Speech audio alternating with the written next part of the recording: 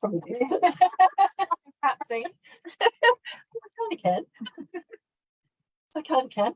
But before the break, we were talking about gender policy, and we were talking about, you know, the percentage of men and women who go through domestic violence. And I didn't realise the percentage of women who were disabled or had a disability. There was a higher rate in that area than just normal. But what concerns me with domestic violence, there is one woman at least a week who dies from domestic violence, which is totally unnecessary. And how and what can we do to prevent that from happening?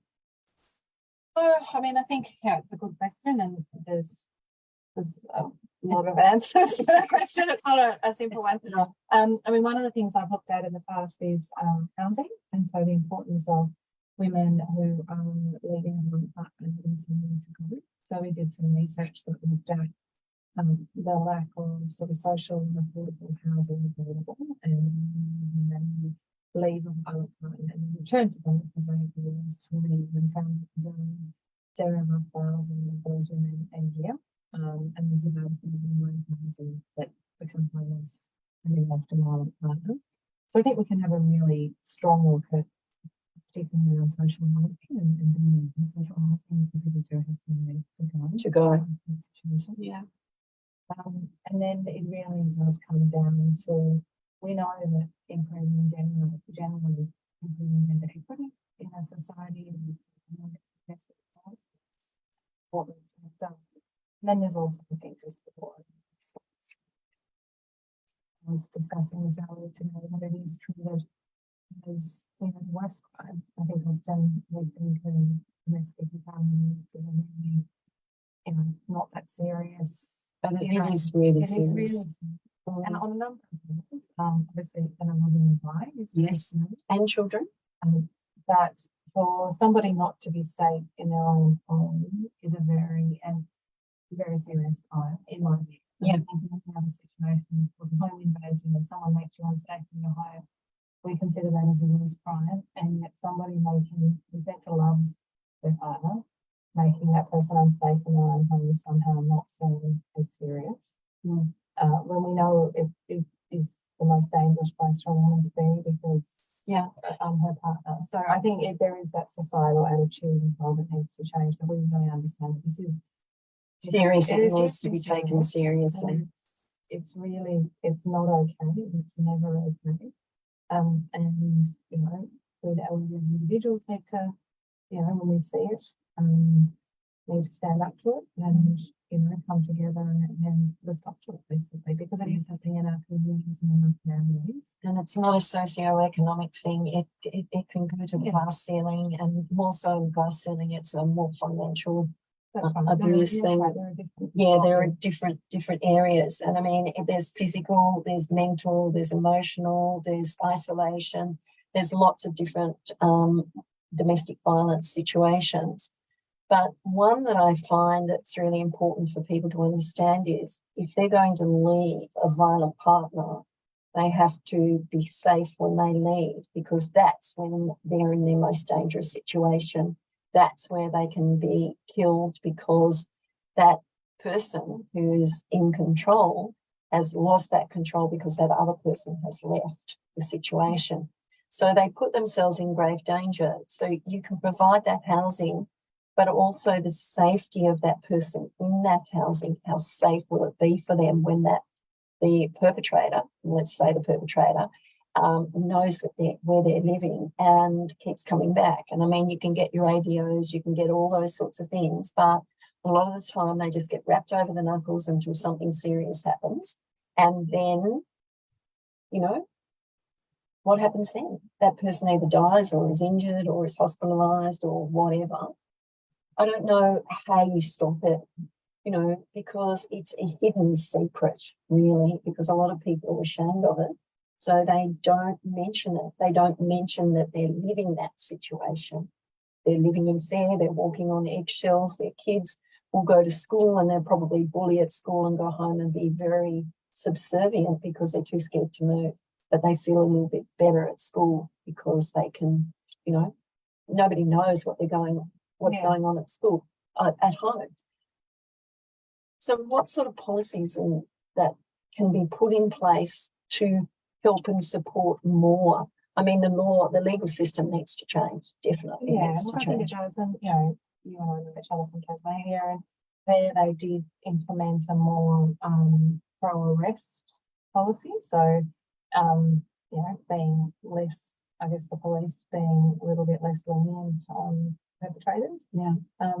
And, you know, being denying bail if they thought the woman was at risk. So removing sort of, you know, the man has to show that he was a risk to the woman that he's committed an offence or eventually committed an offence against. And those laws did lead to a significant drop, certainly in deaths. So that breaking the cycle, and as you say, you know, these things tend to be quite cyclical. Now, there is concern, I think, more broadly that those types of arrest policies may not be within particularly in cultural settings where there can be a little bit people less trusting of the police.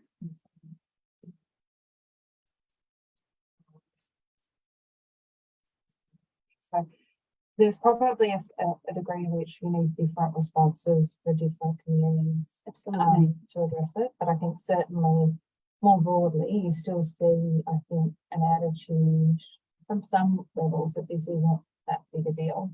And, you know, a husband beating his wife on it a bit is okay.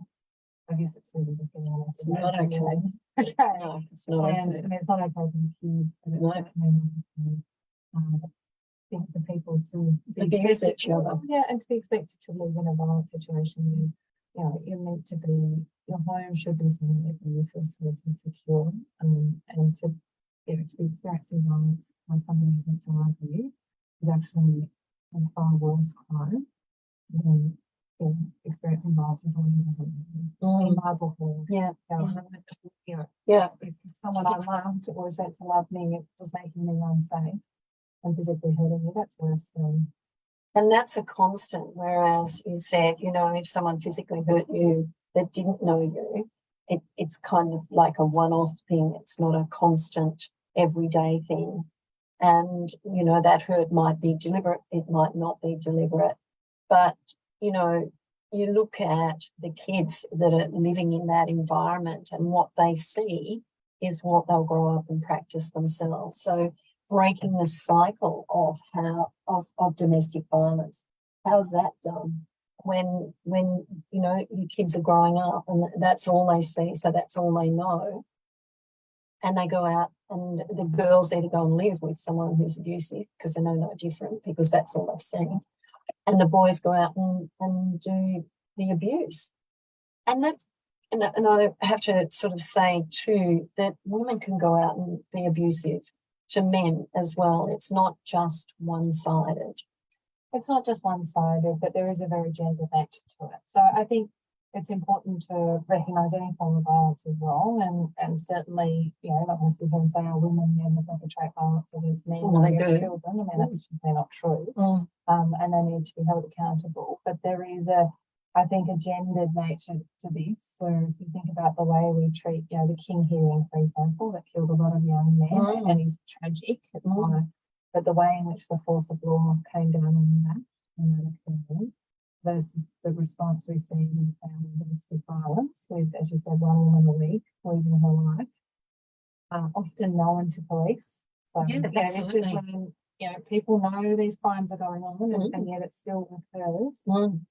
And yet the response is far more tepid, and it's harder to see there is a gender.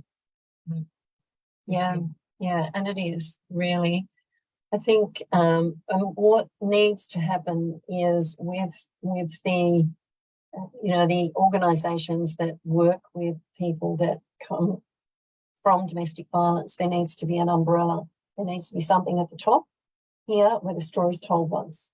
And then all the organisations that these people go to get support need to go to that top, find out the story, and then work on strategies so that they can help them move forward in life, instead of keeping them locked in, repeating their story, and not getting the strategies to be able to work through the process and go live their life. And that's another thing. I'm hoping we can do a project on this year. Is more broadly, trauma. We talked about mental health, and obviously it's a huge impact for people's lives, but also for the economy, because we know people who have poor mental health are less likely to work and less productive in work.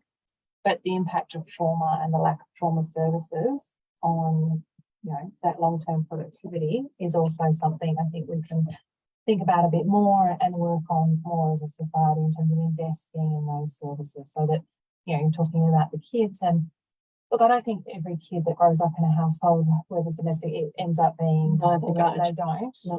And in fact, many men who experience a complete opposites, and many women stay away from.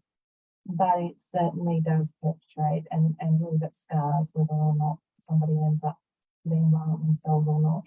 So I think, looking at those services and greater investments in those is something we really need to be doing.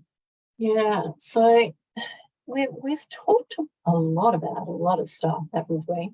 Yes, it feels like we've covered a few things. It's been a bit of a tour of life.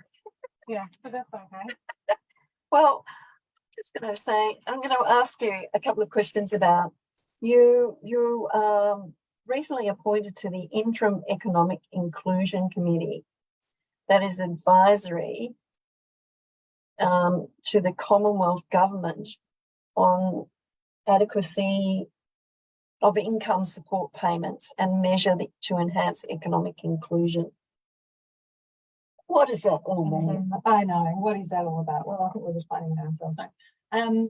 So last year, and I can't remember what the legislation was, but to get it through the Senate, they needed Senator Pocock from the ACT, who's an independent senator's approval or agreement, and he said he would agree to that legislation if they set up this Economic Inclusion Advisory Council, or committee, to advise the government before each budget on the adequacy of income support payments and on other measures to encourage inclusion in society. So it is a group of, I think there's about 12 of us, mainly academics, but also Sally McManus from the CTU is on the committee, and Jennifer Westercott from the Business Council of Australia, looking at, are income support payments adequate, and what other measures could the government be looking at to sort of encourage economic inclusion. So what are the things that are holding people back from employment that we could possibly help, remove those barriers, if you like. And that's a big job in itself. It's been a little bit easier than I anticipated, but it's a good thing to be doing, and hopefully there's some really worthwhile at least suggestions that come out of that. And you've published lots of articles. Anything in particular that you really enjoyed writing, and what was the topic that you? As your listeners have learned today, I have a lot of breath in my we've done a tour of force.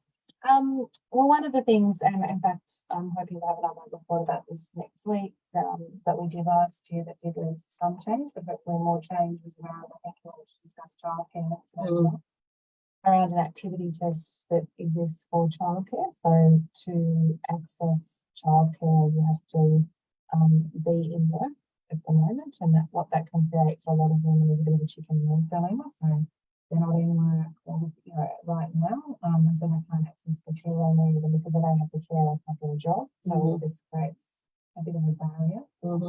And we found last year is also leading to a lot of the kids from low-income families missing out on childcare. 126,000 less kids from the lowest income quintile attend childcare compared to the top. And we know that for those kids in particular, it's very, very important for them to develop that to get really big uplift in terms of good social education, skills, but also IQ and schooling. So looking at removing that activity test, so saying, look, we're going to give every kid in this country a really great start, that only childcare education and care quality is the way to go. And so looking at moving towards 2 to 3 days universal childcare, which I think will also help a lot of parents, particularly mums who are in casual work, who maybe don't know week to week, pick up more work as well. So I think a really good initiative, and something that a piece of work I was proud of, that led to a change for Aboriginal children who are most vulnerable, obviously, are often most vulnerable, getting brain access.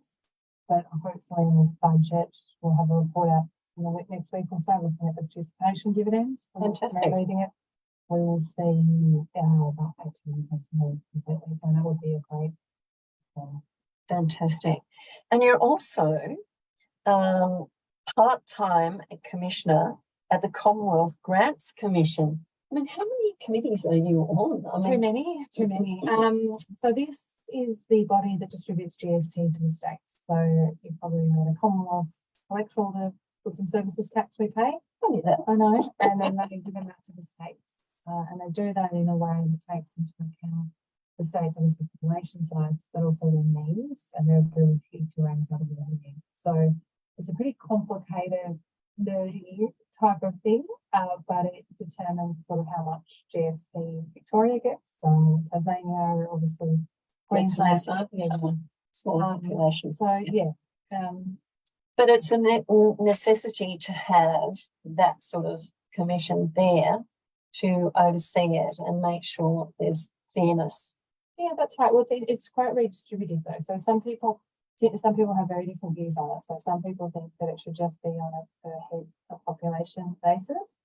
The way the current system works does mean that money gets effectively redirected to Tasmania in particular, and South Australia and the Northern Territory, away from the bigger states that are more economically powerful. Something we do with our tax and transfer system for individuals, but we also do it for the states. I personally think it makes quite a lot of sense. But we are one nation, and we support each other, and that's right. That's what it's all about. Now we've come to the end of the show. Already, so fast. And Bowers, it does go fast. Thank you, Angela. Thank you for your time, and thank you. I am persistent, and you did finally get here. I think all the things that we've had a conversation about have been very helpful for the listeners, and for me to have a better understanding of the country I live in and what happens in it. It's time for the news. So thank you for your time. Thank you for having me, Faye. It was an absolute pleasure. Great. Now it's time for the news, and then after the news, it's Monday Mash with Sam. I'm Faye Waterman. This has been a conversation with Faye, and